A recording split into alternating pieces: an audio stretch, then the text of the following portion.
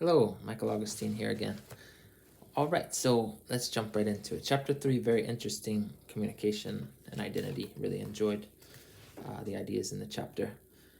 Number 1, what is the biggest difference between your public and private selves? I would say that my private self could be a lot more emotional, kind of have a more range of emotions, anger, sadness, where my public self, the presenting self, is as a calmer person who is not as erratic, I guess.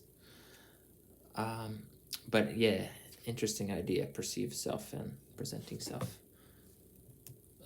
All right, let me see. So, number 2, give a specific example of a time when you have experienced self fulfilling prophecy.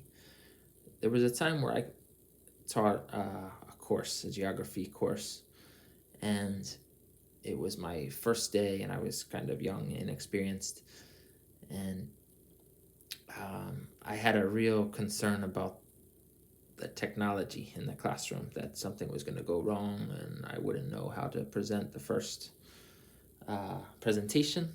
It was kind of just about the syllabus and that kind of thing. But uh, I had all these kind of negative thoughts about that and was worried about it. And rather than doing the proactive thing and going a few days before and checking out the computer system and everything, I just went for it, and it didn't work well, and I had to get somebody to come. An IT person came and helped me out, and the students were kind of waiting. Uh, After the first day, it went well, but I would say that that was a self fulfilling prophecy. I thought about all the negative things happening, and they did. All right, number 3. How does your identity management differ between your face to face and mediated communication? So I wanted to talk about, yeah, because you mentioned in the video, Professor, that that Zoom or even video recordings like this are a different kind of face to face, and they are.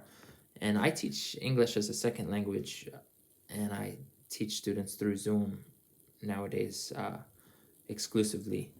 Where before I was teaching in schools, and I probably will teach in schools again, but for right now I am just teaching by Zoom, and I would say that it's almost it's as close as face to face can get. I really am impressed that I'm able to have the lessons and classes and kind of have the same feel, can judge the students' emotion as I feel like they can judge mine.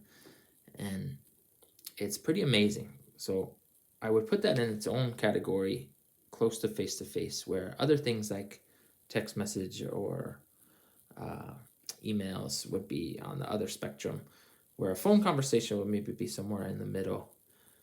But I would say, yeah, my face to face mediated communication, um, in face to face, and I would include Zoom or video in that too.